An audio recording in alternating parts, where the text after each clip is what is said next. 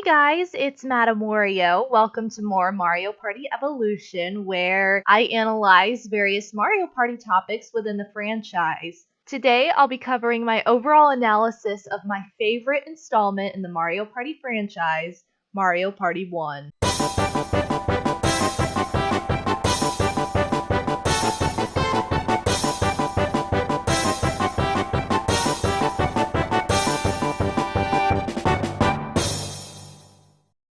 This is going to be a little bit difficult for me because I'm a little biased since Mario Party 1 is my favorite out of all 10 plus Mario Parties. Now I say 10 plus because I consider the handheld versions of Mario Party to be a little bit different than the console versions. I was really surprised by the response I got to my top 10 list for Mario Party 1 minigames. And I think it's because I'm not somebody who was particularly turned off by the rotate the control stick mechanic of the game.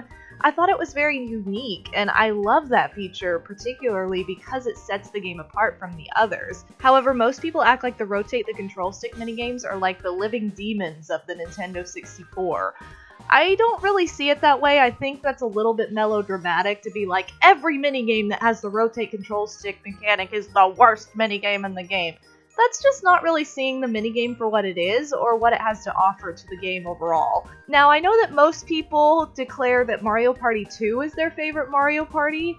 That's the comment I probably get most whenever I talk about my personal favorite. It's like, oh, Mario Party 1's your favorite, but why? When Mario Party 2 had this and that and blah blah blah. But for me, I kind of want to explain why I see Mario Party 1 as such a high asset to the series and why I'm so keen on that being the best Mario Party in my personal opinion. To me, Mario Party 1 had more strategy to it than any of the other Mario Party games there are.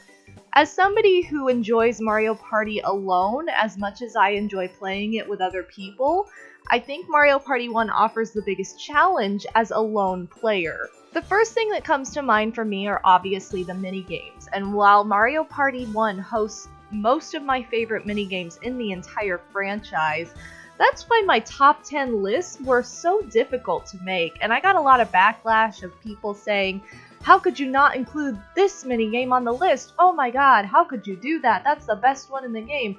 Well, I realized there are a lot of amazing minigames in Mario Party 1. Not all of them, obviously, are going to be in the top 10 because guess what? I could have a top 50 list, but that would be every single minigame in the game. So let's not do that. In addition, I find it really interesting to hear everybody's opinions.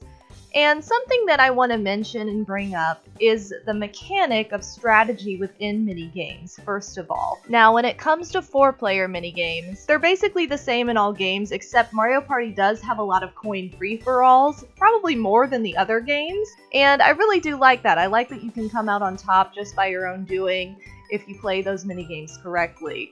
Now, something else I thought was really fantastic was the fact that 2 vs 2 minigames are really competitive because the 10 coins that you win come from your opponents. So that added another element of strategy to Mario Party that is not seen in any of the other games, and while I do see the frustration in that element, I think it just adds to the challenge and it makes it overall way more exciting than when it's not there and just one team wins and the other team doesn't lose anything.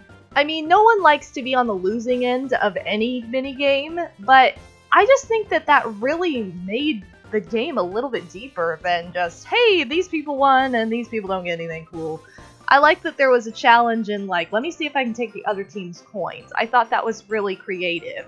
When it comes to 1 vs 3, while I like that they changed it to where either one person wins 10 coins or 3 people win 10 coins, I kind of like the Mario Party 1 mechanic of stealing from either side. If you win a 1 vs 3 minigame in Mario Party 1, it's the same as 2 vs 2 minigames. If you're the one player and you win, you get 15 coins because you take 5 coins from each of the losing players. However, if you're the one player and you lose, you give 15 coins to the other players, meaning you give 5 coins to each of the 3 other players in the game. And again, it adds to the strategy. Now, I think 15 coins can kind of be a lot if you're the one player, so that one I didn't mind as much when they changed it in future games to be either one person wins 10 or 3 people win 10. I mean, that's one that doesn't really bother me either way. I kind of have an equal opinion about that. But the fact that all the minigames function a bit differently in Mario Party 1, it's just so much more strategic, and therefore you have to be a little bit more involved in the game to actually come out on top. Even with the one-player minigames, most of the time, if you win, you get 10 coins, unless you're playing a coin free-for-all minigame like Whack-A-Plant, where you can bank like 36 coins. But if you lose, you actually lose coins. You lose 5 coins for just being a terrible player, which is kind of comical, and in some regards it's like, okay, how in the world is that fair? But I kind of like that it's like, well, you had your chance to have an advantage over the other players, but you failed, so now you have to pay for it. I actually like that. That's kind of great motivation for like, hey, I want to be really good at this game, and I think that's why I played it so much and why I got so good at the game was because there was a drive there. There was more to it. It was something that I wanted to get good at. It wasn't just like, hey, all my friends or my sisters are around, let's play this for fun and then blah. No, I really actually like the game as a whole in itself and how it functions. And so that's why I really enjoy most of the minigames in the game. I find it very amusing. I find it very challenging. And year after year, I play it constantly. I just love this game. It's my favorite game of all time. And of course I'm going to defend it when people say like, oh no, I didn't like this. It was not fair and my hand got blisters. And I'm like, okay, well, like there's more than one way to rotate the control stick, guys. I don't know. I've never had that problem. The only reason I've ever had a problem is because I probably played the game for like 10 hours straight. And I'm like, woo, let's rotate. And then I look at my hand, I'm like, oh, that's red. But that's after a long time. Like, I don't really know anybody who plays to where they're like pushing all their weight onto the controller, like in attempt to break it over these rotate the control stick minigames. I don't know. I keep coming back to that because I find it very odd that so many people got injured so horribly in this game. It's like, I don't know. People nerd out a little bit too much sometimes, I guess. I don't know. I probably sound like a big jerk in saying that, but I just don't see it. I'm one of those people who I like to have fun. I like to find humor in things. I like to not be so dead serious when it comes to something like rotating my control stick. I don't feel like I've ever faltered because of that. I don't feel like, oh, well, I never win this game because I sucked at rotating. Like, no, I never had that problem. I think that people maybe overthink it a little bit. I don't know, maybe it's different per controller. It probably is a little bit, but anyway, overall, I'd say the minigames are what make any Mario Party game more than anything. Of course the boards are important. Of course the boards have a huge impact on the game. But when it comes right down to it, I think the minigames are what we all remember most from Mario Party. Something else I liked about Mario Party 1 was the fact that every single board had its own gimmick and really stuck to it. It's like some boards the star didn't move, other boards the star was all over the place.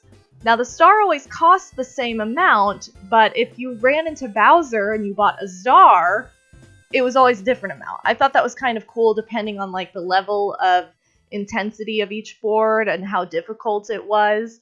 For example, my favorite board, Mario's Rainbow Castle, had the whole like, oh my god, you lose 40 if you see Bowser, which is like the highest amount you can lose in the entire game.